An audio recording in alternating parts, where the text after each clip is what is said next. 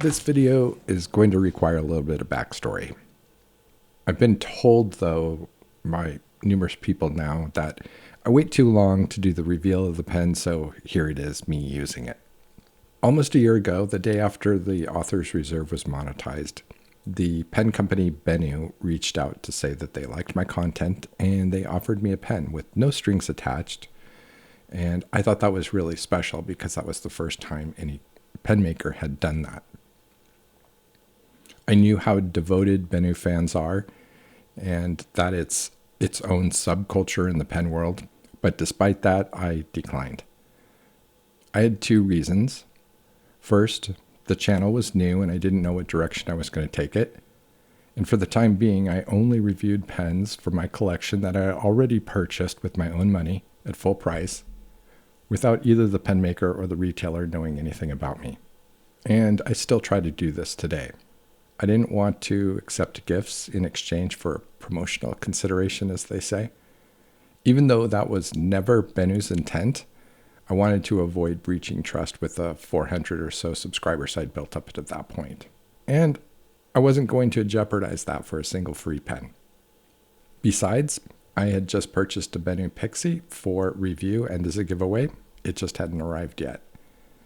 Second, although I would occasionally buy a pen that I would both review and then give away, like the Bennu Pixie, most reviews were for pens that I owned, pens that I wanted in my collection.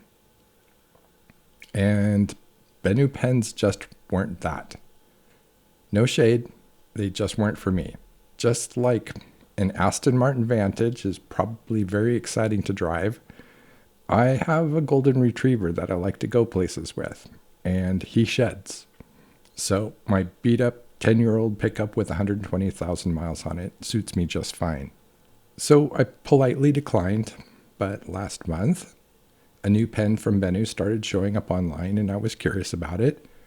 I didn't want to put more money into a pen that I wasn't sure I would like, so I asked if the offer for a free pen was still good, and it turns out it was. They just said pick a color, no strings attached. They hoped I would give them some feedback, but there was no assumption that I would even do a review. It arrived and I've used it for 2 weeks now. And at this point, I want to talk to just the Bennu fans out there and say, I get it now. It all makes perfect sense. This pen is unique in a lot of ways, and it kind of broke me out of a rut I was in. Now I have to play caution here. It's going to be hard for me to speak positively about Bennu without sounding negative about other brands. In fact, I wound up paring down this video a lot, and I'm going to save my criticisms for another video. I'll get to those things in a sec that make it unique, but up front, at the time I'm making this video, these pens still aren't available, except for on BennuPens.com, and I think that has to do with the government shutdown that's currently in effect, or maybe the increased tariffs. I don't know why, but I know some retailers aren't getting their shipments on time. I can see Atlas Stationers has them available for pre-order, link below, but I haven't seen them anywhere else. Okay, so there are 10 colorways. 2 of them are limited edition holiday themes. One of them is very Christmassy, and the other one is more of a wintry theme. Those 2 are hand painted and are priced a little more. But the rest of them come in at list prices between $210 and $230 US, depending on the resin. I couldn't decide which one I wanted, so I had them choose, and this resin is called Decadence, and it's one of the $230 ones. And speaking of the resin, this is one of the things that makes this pen unique and all of the pens from Bennu unique. It's probably also the least important of the things I'm going to point out that make it unique, but their resins are made by Bennu. They don't buy from anyone else and they don't sell for anyone else. So when you see something from a Bennu pen, that is the only pen that will ever have that particular look, unless it's another Bennu model. They always have a distinctive look to their resin, usually with bands of different colors and highlights and translucencies. There might be chatoyance in the middle, but not at the ends. They're all handmade, and I don't know what process they use, but I'm going to suggest that these are cast, not turned or milled. I'm also going to guess that adding the threads and polishing, in addition to the hand painting, are all the manual steps that go into making them. More important to me, at least, is that the overall designs are completely novel. They're unique in the pen world. Yeah, they all have a body and a cap and a section and a nib and a feed and a clip, etc. But their pens are not traditional designs. They don't follow your typical cigar or torpedo or flat cap designs. They don't look like a traditional Japanese or Italian or German pen. And they're not trying to. They are their own thing. And that works for a lot of people. It doesn't work for others, myself included, until it does. And that moment happened when I got the Haute in my hands. That's Haute, H-A-U-T-E, as in haute couture. It has a square shape to the body and to the cap, but thankfully they didn't extend this design element to the section. Leonardo has done that with the Poliedrica, which has 3 sides, and also a triangular grip section, which makes it one of, if not the most uncomfortable pen in my collection. I can only use it for 3 or 4 minutes before divots start forming in my finger pads. And if I use it for a half hour, my fingers are so sore that I can't write for the rest of the day. And this is coming from a Leonardo fanboy. I'll also say that I love the Lamy Safari, and it has a triangular grip too.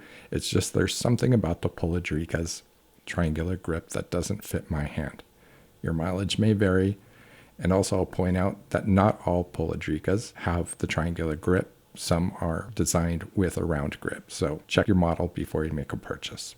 So the Haute section is pleasantly round, thankfully, and it's also on the long side, which is great because I like to change my grip often as I write, especially in marathon sessions.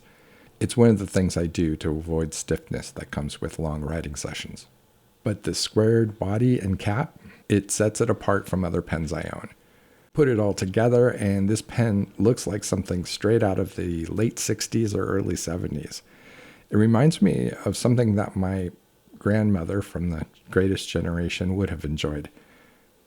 I can easily imagine this sitting on a 1970s office desk with a cup of stale coffee and a smoldering cigarette and an ashtray nearby. Now, I'm not trying to glamorize cigarette smoking at all, but that's what people used to do back then. And actually, I'm old enough to have done it myself, smoke at my desk. Although it was in the early 2000s, and it was when I was working in Dublin. The Irish were a little bit late coming to the no smoking party. Anyway, back to the pen. Nothing else in my collection has this effect on me, kind of a feeling of a connection with my grandmother and a retro feel. And yet it felt familiar to me. I couldn't quite place it, but I somehow knew this pen. I'd felt it before. Of course, that was impossible because the Haute is brand new. Most people haven't even seen them yet. I haven't seen any reviews on it yet, and I just got it. Then I figured it out. It was this 25th anniversary Visconti, one of only 25 made like this. Their only clear demonstrator until last year when they released another pen, which they called their first clear demonstrator. And this is the Opera. It's not the Homo sapiens. So it also has a square barrel and cap, something they call the squared circle or the circled squared or some pseudo-poetic marketing nonsense like that. There's also this extended area at the bottom of the cap that's a bit similar visually. Now, the Opera is definitely not one of my favorite pens to write with, mostly because it's so heavy, and also because of this metal section. For jotting down quick reminders in my commonplace notebook, the brass section of my Kaweco Sport is just fine. That's a short period. But Any longer than that, and the middle section starts to feel sweaty or slick or sticky.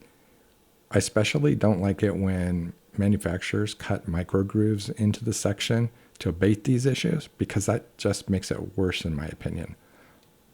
Those grooves create this vibrating sensation as they move across the peaks and valleys of my fingerprint, and it quickly turns into a numbing sensation. And I do not like them, Sam I am. I prefer resin or ebonite or cellulose, and that's about it. They feel natural and warm to the touch, and thankfully the Haute has a resin section. It's also much lighter than the Opera at a normal feeling 23 grams, which is exactly half the weight of the chunky Opera. A couple of things on this design, and then I'll get to what makes this pen really stand out. Bennu pens are hand painted, as I've mentioned, so I can only imagine that the logo script here has been done that way. There's a band here at the bottom of the cap and another one hidden under it that separates the section and the body. This isn't where you open it for filling, so I imagine this was a design decision, so you'd always have a band to look at even when you're writing with it unposted. So pretty nice touch. The clip is very cool in my opinion. It's one of those things that gives it a retro feel in my book. It's straight and very geometric and completely flush with the body. Very sleek looking. It has a pivot point at the top, and at the other end is a tooth on the underside that recesses into the body to keep it secure on seams and things like that. I was worried that it would be too flush and hard to use, but in practice it held on to loops exceptionally well, and I had no problems getting them to accept the pen, whether or not the clip was raised. Other than that, both ends are flat, and I can't think of anything else to add about the design. Now here's where it gets even more unique and where I've got to be careful about sounding negative about other brands. For a while I've been getting bored, shall we say, with fountain pen nibs. The problem is one JoWo nib feels pretty much like another, and just about everybody has switched from Bock to JoWo nibs. So although the pens might look different and fit in the hand different, they feel like they write the same, and they're just lacking some uniqueness of personality. But Bennu doesn't use JoWo nibs, they use Schmidt. So their pens come with a nib, a feed, a sleeve, and an international standard converter, all made by Schmidt. Now, I'll say this, Schmidt doesn't have a stellar past, but I believe they've changed things a bit there and nobody is noticing. And that is kind of a risk if you decrease your quality control and people get bitten, it's a lot harder for them to forgive you and then come back to the fold. I don't know if this pen is typical. It's one data point and it does not represent a trend. So I didn't have high hopes on the way this would work. I was already thinking, at least it's pretty. But damn if this thing didn't impress me. It was smooth with just a tiny bit of texture. Just how I like pens to write, with excellent, consistent ink flow right down the middle, neither dry nor wet. Long lines, short lines, light pressure or heavy, S-curves, fast writing, even reverse writing were all excellent, and I wouldn't change a thing. It was perfect right out of the box, no tuning necessary, and it even made a really great sound across the paper. But best of all, it felt different. It wasn't yet another JoWo. It wrote in a way that was different, the way pilots are different, or sailors are different, or platinums, or pelicans, and it was good. So am I pleased with this pen? You bet. I'm struggling to find fault with this pen at all. It might be good for them to consider making this into a piston or a vacuum filler because a lot of people out there really want them, at least according to the survey I ran earlier this year. Me, I'm kind of getting tired of piston fillers and vacuum fillers.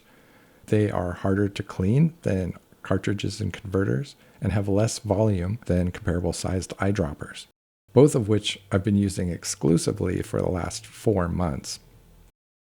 I guess another issue with it is the price. It might put it out of reach for a lot of people. There are a lot of pens at this price point out there, And a lot of those are of lesser quality in my estimation. So although I believe it's expensive, I also believe it's competitively priced. I suspect that you'll find this pen for sale from time to time. So if the 210 to 230 is an uncomfortable stretch for you, then maybe wait a little while. And here's a little tip. I'm going to delete this on Saturday.